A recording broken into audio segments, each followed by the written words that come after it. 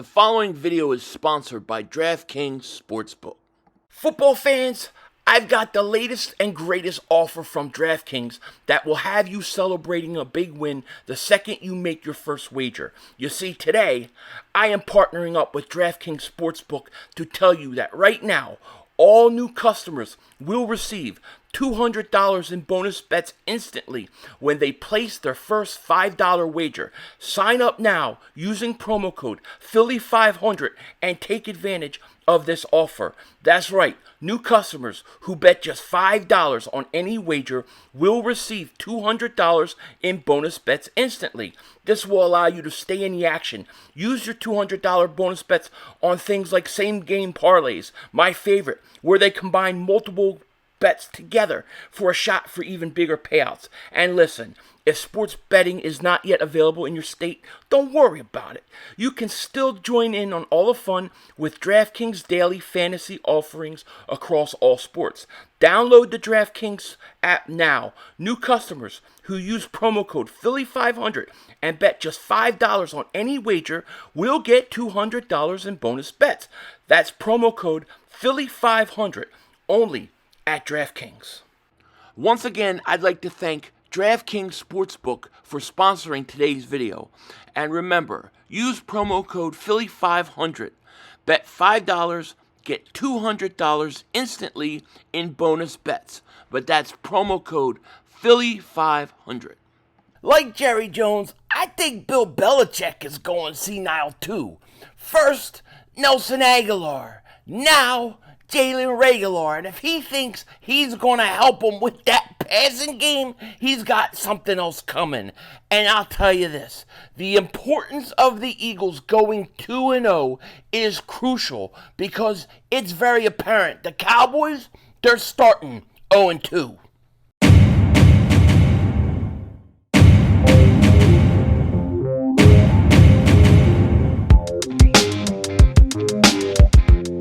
Dallas still stinks. You're by the way, King Dingbat here, and I hope everybody's having a great day. Hope you guys are doing well. Hope you're hanging in there. So we're just a little over a week away from the Eagles taking on the New England Patriots and Bill Belichick. And if he thinks Jalen Reagor is going to help him or give him intel, he has another thing coming because it ain't happening. And I'll tell you what else isn't happening. The Dallas Cowboys winning one of their first two games. They're about to start 0-2. I can feel it. I dreamt about it. I got to tell you all about it. And this is why it's going to be so important for the Eagles this year to start 2-0. But before we get into all of it, and before people start throwing shoes and stuff at me, especially Cowboy fans, if you're new to the channel, hit that like button. More importantly, make sure you subscribe to the most censored, the most throttled, pause, Eagles content creator in all of the internet. If you've been subscribed for a while, I just want to thank you so much for all the support you give to me. It truly means a lot. Now, before we talk about all the stuff about the Eagles and starting 2-0 and Dallas going 0-2, I want to talk about some of the guys the Eagles worked out yesterday. Obviously, you all know the priority right now is a punter. The Eagles need a punter. They have Aaron Sipos on the practice squad, so they can call him up if need be. So it won't get worse than that. But they did work out some players yesterday. Punter Blake Gillikin, punter Pat O'Donnell, punter Colby Wadman, long snapper Bradley Robinson, and linebacker Kyle Sowell. I don't know. Why do I even try? But so they worked those guys out. I heard Gillikin had a very good workout with the Eagles. So we'll see if they wind up signing a punter today. But God knows they need to sign one. You know, there's no question about it. Also, we do have some number changes I want to talk about. Okay, so Dave Zangaro posted this. Ricks didn't change his number from 39, but there were some number changes. I guess people were expecting Ricks to change his number from 39, and he decided to keep it. I can't blame him. I mean, listen, you just made the Eagles as an undrafted free agent with the number 39. Why change anything? It's working for you. It's working. But Keely Ringo, he changed his number from 37 to 22. Tanner McKee changed his number from 10 to 19. And then Albert O changed his number from 47 to 85. And then Fred Johnson from 50 to 74. So if you're playing Madden, you should go ahead and put those all in because that's what it is, okay? Now, in this video, I'm gonna rant a little bit. I'm gonna tell you some things I'm feeling as we're sitting here getting ready for the season to start in a little over a week. I did a channel membership video yesterday, and I filmed this video, and I started, after I filmed the video, I couldn't stop thinking about what I filmed the video on. It was on my mind all night, and I'm sitting in bed, I can't sleep. You know, the wife is like, you know, you okay? You can't sleep? I say, yeah, you know, matrimonial duties tomorrow because I got Eagles stuff on my mind. All right? Nah, that didn't happen. I would never turn down matrimonial duties. But she was already asleep. And I'm sitting there, I'm thinking about the Eagles. And I'm thinking about the video and what I was saying. I was saying the Eagles need to start 2-0. Like, they legitimately need to start 2-0. And the reason I say that is this. One, you start off with New England, you should win that game. I don't think New England is good enough to beat the Eagles. And I know they went out and they got Jalen Reagor. Ooh, so scared of Reagor. It ain't going to work. Listen, Bill Belichick, you tried Nelson Aguilar, and now you're trying Jalen Reagor. It's not going to work. You know, and he's practice squad. He's not going to be able to tell them anything. But I don't think New England's going to have the passing game to beat the Eagles. And that's just how I feel. I'll obviously next Friday have my preview video out. But the Eagles play the New England Patriots week 1. Then they come back with their home opener on Thursday night. Okay, they're playing a Thursday night game in Philly against Minnesota, and Kirk Cousins. I can't play on primetime Cousins. The Eagles should win that game. Now, if the Eagles start 2-0, I see a huge advantage in the division. And the reasons I say this is this.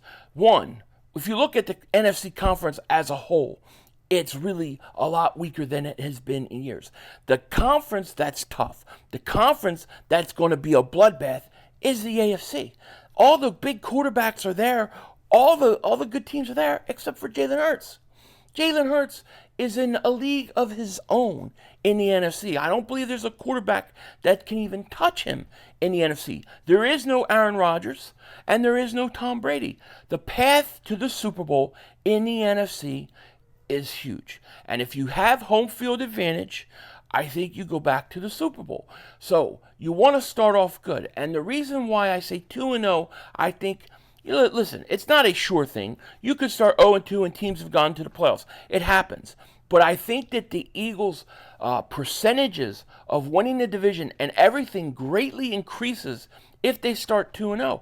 If you start 2-0 and you beat Minnesota on Thursday, now you have a mini bye week, essentially, before you have to play Tampa Bay Buccaneers, a team they should also beat on Monday Night Football. They have time to rest and they have time to sit back. Now, the reason why I think it's going to be so big is because of what the rivals are going to do, okay? I believe the Dallas Cowboys are going to start 0-2. That's right. I believe the Dallas Cowboys is going to start 0-2. Matter of fact, I actually had a dream of this last night, okay? So I actually dreamt. I dreamt that the Dallas Cowboys were playing the Giants, and the Giants were up 14-0. And we were all laughing, and I was live streaming, and we were laughing, and it was hilarious. And then we were trying to pull up Mark Holmes' screen, and he got so mad. Apparently, he shut off his live stream, and we were all just laughing and laughing. It was so great. And Mark Holmes was calling me, cursing me out, you know, trying to pull what he pulled on Pizzle, and we just kept laughing. And Dallas went on to lose to the New York Giants. Now, I believe that's destiny. I believe that's what's going to happen. It's just as real as when I dreamt 2 years before the Eagles traded Ertz to the Cardinals that Zach Ertz would be wearing a Cardinals uniform. I dreamt it. It came true. There's actually videos that you could see that happen before the trade ever happened. I think Dallas is going to lose to the Giants. All right? And here's the thing. If they lose to the Giants, then they've got to play the New York Jets the following week. It ain't the same old Jets. That's Aaron Rodgers' Jets. Aaron Rodgers owns the Cowboys. He is the Dragon Slayer. The Cowboys are the Dragon. Aaron Rodgers, as I said in the past, is the Dragon Slayer. The Jets are going to beat the Cowboys. Now you have a Cowboys team that is 0-2. All right? They're 0-2, and now they have a quarterback who has to feel even more pressure. Let me tell you, the stupidest thing Jerry Jones, at 3,590 years old, could have done, and it is his birthday, by the way. Happy birthday. He's 3,591 years old. But the worst thing that 3,592 guy could have done was trade for Trey Lance. What a stupid move. And you may be saying, well, no, for the team overall, for the roster, it's good. It's good to have it. I get all that. But if you listen to Dak Prescott, if you listen to him talk about the addition to Trey Lance, you can tell that's in his head. I'm hearing Carson Wentz again. I hear him. When Dak Prescott was speaking about Trey Lance, it sounded like Carson Wentz. It's Carson Wentz. He has extra pressure now because of what Jerry Jones did for no reason. Okay, after the Cowboys had a good team with a good offense, right? They had Amari Cooper, Cedric Wilson. They had Gallup was not hurt yet. They had a great offense. CeeDee Lamb. Yet Mark Holmes will tell you they never had a good offense. Dak has never played with a good offense. They had a great offense, and then they were stupid enough to trade Amari Cooper away for the same price the Eagles traded Jalen Reagor away for. He ruined the team. And then he went out and he got some pieces and maybe put some stuff back together. And then he went, and Jerry Jones at 3,593 years old, he went out and in my opinion, he just dismantled everything he had built in the offseason. At 3,595 years old, he made a big mistake. Okay, and that's what happens when you're 3,596 years old. So to me, I think the Cowboys have a lot of pressure. I think they're going to start 0-2. Now, if the Cowboys are 0-2 and the Eagles are 2-0, Dallas is in trouble. It's already happened because the Eagles, I don't see a real threat for a real loss to the Eagles, at least until they play the Jets. What's that, like week 5, week 6 or something like that? And they'll beat the Jets because the Jets have never beat them in their team's history. I think the Eagles starting 2-0 is a very important thing. Now, I know what you're saying, some of you out there. You're saying, yeah, but if the Giants beat the Cowboys, okay, why aren't you giving the Cowboys enough? Why aren't you giving the Giants respect? Put respect on the Giants' name. Hell with the Giants. All right, here's the thing. Here's the honest truth about the Giants. And I'll give you my non-trolling Giants opinion. I don't usually like to do that much, but I will. All right, to me, the Giants blew a huge opportunity. They went out and they signed. They had a great year. They make the playoffs. They win a playoff game. They get destroyed by the Eagles. Not only did they get destroyed in the playoff game, they got destroyed in the first game. The Eagles destroyed this team up and down, okay? But they got to the playoffs. They got Daniel Jones to finally play good enough where they gave him a contract. And then what did the Giants do? They dropped the ball. What the Giants needed to do was they needed to go out and get an offensive weapon. Not a rookie like Hyatt who's going to be good in a few years, but somebody that would be an immediate impact. Somebody like the Eagles did with A.J. Brown. And then they needed to draft Hyatt. If they would have gotten, let's say, DeAndre Hopkins or DJ Moore, and they would have drafted Hyatt, they would have been up there. But they blew it. They didn't get an offensive weapon, in my opinion. They got Waller, but you needed Waller, Hyatt, and somebody else. To me, the Giants are not a threat on the outside. I do not worry about their passing game. So to me, the Giants, I see them maybe slightly, around where they were last year. I think they'll fight for a wild card spot somewhere in there.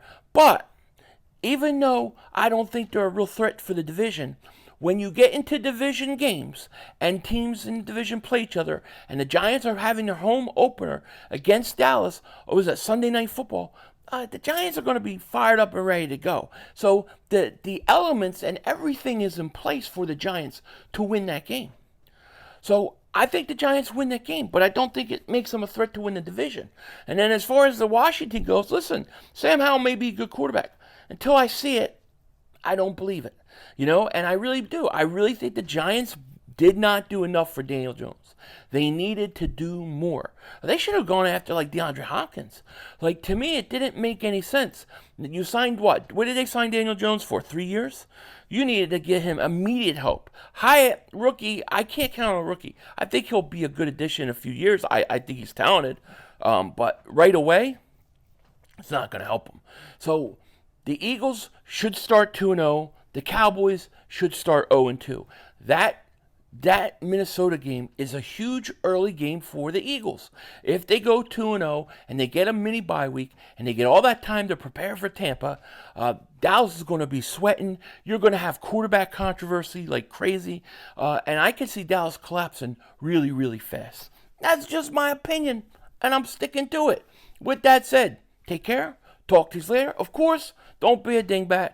And remember, it's Howie Vision. We're all just living in it.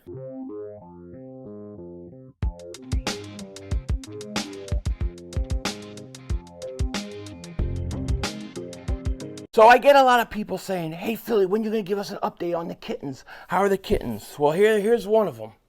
Now, we haven't really named them yet. They're about 3.5 weeks old. They just really started moving around. They like to be held. They like to be petted.